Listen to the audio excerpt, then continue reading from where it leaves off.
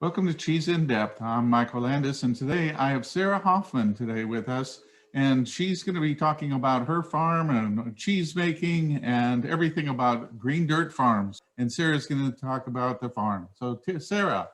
All right. Thank you so much. I thank you very much for the opportunity, Michael. I appreciate being able to talk about our cheeses. Um, Green Dirt Farm, for those of you who aren't familiar with us, we're a grass-based sheep dairy located in northwestern Missouri. So we're a little bit outside of Kansas City. And we've been making sheep's milk cheeses on our farm using our own milk since 2002, actually, is when I first started.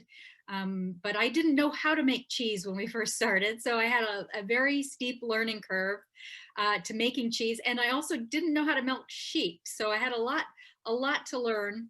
And I went through the process of going to workshops and visiting dairies and learned how to make sheep milk cheeses. And by 2008, we were ready to start commercial cheese making.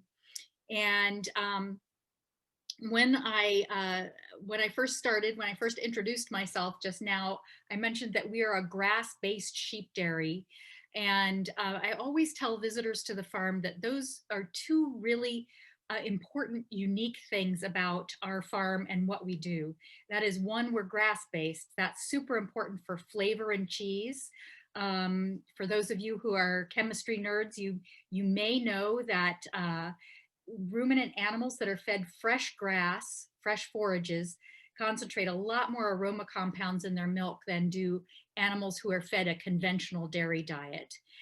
So being grass-based is super important to us for that reason. It's also really important because we think it's the most environmentally sustainable way to do dairying, and we think it's the most humane way to do dairying. Michael has a little clip, a little film clip of our farm that we're going to show that shows you a little bit about our farm. This little clip shows you some of the grass on our farm and some of the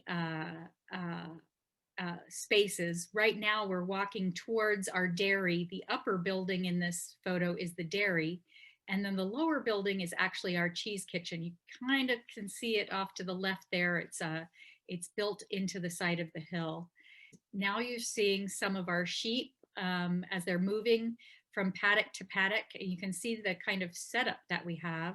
We use portable electric net fencing so that we have maximum flexibility in moving our paddocks around.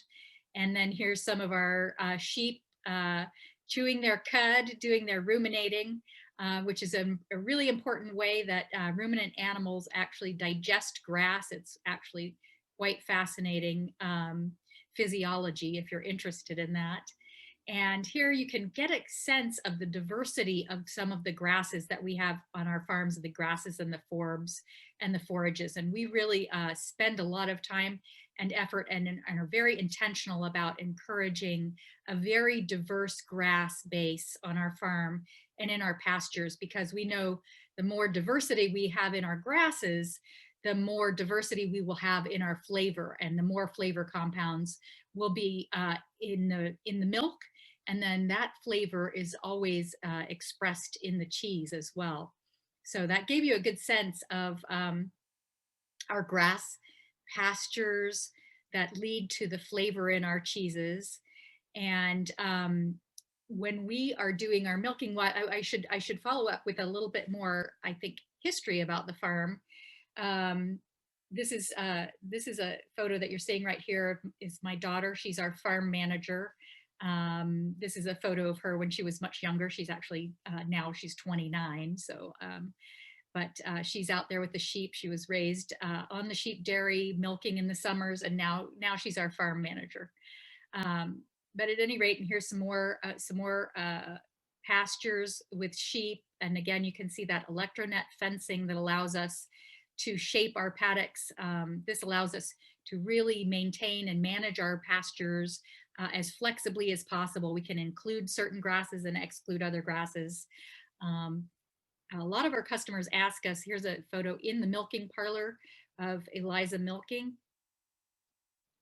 And you can see that we do it, you know, we use high tech for our milking. We milk with machines because it's a very hygienic way to milk. How important it is that we have diversity in our grasses, because that means diversity of flavor in our cheeses. We also partner with 3 other sheep dairies. As we've grown, we have added other sheep milk to our mix, and we require that all of our sheep dairies uphold the same farm practices that we have. That is, they're all grass-based like we are, and also they get an animal welfare approved certification that we get. The animal welfare approved certification is from the organization A Greener World, and they actually come to the farm and audit us and certify our practices as not only the highest level of humane practices, but also the highest level of environmental practices. And we're currently right now working on a pilot project with them to be certified as a regenerative farm. But you're probably here because you're more interested in the cheese. Those are the important values that underlie what we do on the farm.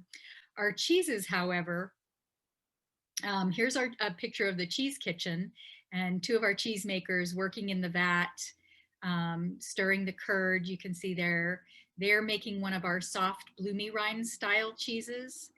And this is a really important part of the process, cutting the curd into small pieces. As you can see, it's also one of the most fun parts of cheese making.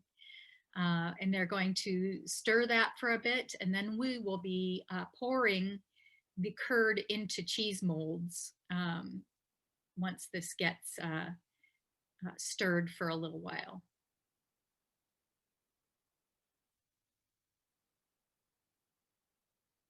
It's a very, very physical process.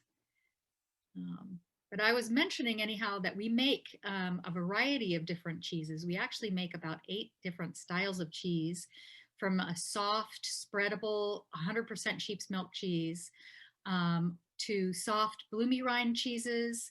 We make a washed rind style of cheese, 2 washed rind styles of cheese actually, and then 2 hard styles of cheese. In recent years, here's a photo of ladling the curds into the molds for our Dirt Lover cheese. In recent years, we found that it's really challenging to make a sheep milk cheese operation be economically sustainable. And that has meant that we have looked for a variety of different ways make the business run. I'll get back to that in a minute. Right now, what you're going to see in this photo is Dre washing one of our cheeses. I think this is a fabulous video because we're often asked, well, what do you mean by washed rind cheese? And I like to say, well, it means we actually pick up the cheese and we take a washcloth and we wash the outside of the cheese with a brine solution. That's the brine solution, or it's also referred to as morge because it has some cultures in it as well. So just washing the outside of those cheeses, and that encourages just the right environment on the rind so that the correct microbiome, if you will, can grow in on that rind. And you can see that beautiful orange color on the rind that's caused by the bacterium Brevibacterium linens. That creates that beautiful orange color. And then this is a photo of our aging room with our hard cheeses and some of our washed rind cheeses. You can see that we also wash the rind of some of our hard cheeses in order to get just the right kind of rind development that we want, similar to the Alpine style cheese of rind. So that's a great little photo introduction to our farm. With all of the simpler ways that you can be able to make cheese and have your animals out there not on the grazing, why did you choose the hardest version by going grazing and working with sheep? Oh, I guess because I'm just a glutton for punishment. I don't know. Because we had very strong values going into this. It was really important to me that we do this in an environmentally sustainable and humane way, and but at the same time, we wanted to be sure that we're creating a business that is long lasting and can provide security for members of our community and provide jobs. And so, those are all of those things factored into what we're doing. And frankly, that we started with the vision uh, that this would be that we it would be underpinned by values that were very, very important to us. But over time, those values are becoming more and more important to our customers. And I think it's a way that we are differentiating ourselves in the marketplace also by having very strong commitment to these values. So how did you decide to do this style of cheese? This is not, I mean, again, it's like you you've chosen the most difficult animals with the lowest yield, the grazing, and then you choose a cheese that is not, that is not, it falls into any simple, gee, I can make this really easy. This one requires so much love and time. Why did you go that way? Oh, I chose to make cheeses that I really loved. I was very lucky. At, I had a fantastic childhood growing up on a series of small farms, but I had an aunt who owned a gourmet cheese shop when I was a teenager, and I would go at the holidays and help her sell cheese and do her catering because that was the busiest time of the year for her. And she taught me to love fine cheese. And in fact, I was living in San Francisco in the mid 80s and I got to go with her. She would come out and visit me and we'd go to the fancy food show together. And I think that was my original inspiration for cheese. But she taught me about the fine, soft ripened cheeses of Europe. And I just fell in love with those. They weren't the cheeses of my childhood for sure. But because I had that introduction to them through her, I just have always gravitated towards those styles of cheese. I love the flavors in them. And one of the things that we do with our sheep milk, which is relatively unusual, is to create soft ripened cheeses with sheep milk. You don't find that very often. I really I love the Italian style mixed milk cheeses. I love Taleggio and Robiola, and that was my real inspiration for making these cheeses. It was not born out of very much of a pragmatic or practical impulse. It was all wanting to learn and craft the cheeses that I love the most. Here you can see our sheep. The sheep actually do frolic. It's quite wonderful to see. And they eating grass. And here they are in the milking parlor. You can see the clever ones have figured out how to get a little bit more of their treat. And this is actually, we don't pour milk into the vat this way anymore, but that's the way we used to do it. And here's a little bit more. You'll see some of a little bit more again of washing the rind. And then that's our dirt lover cheese being cut. We host tastings on the farm. And this is our old barn where we actually used to do the milking and cheese making before we got our new facility. And there you are back to the grass again.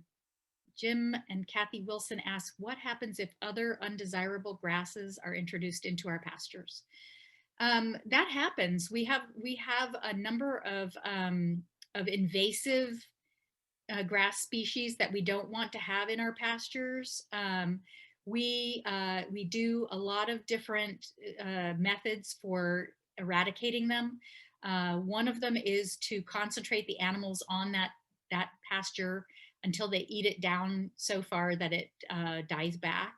Another is to mow it a lot. We really mow it heavily.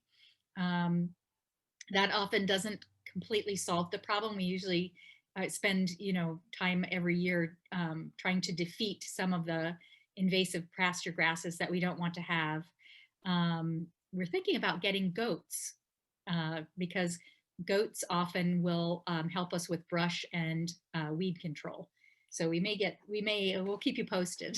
You can watch our Instagram. My daughter does a great job of telling the farm story on Instagram. So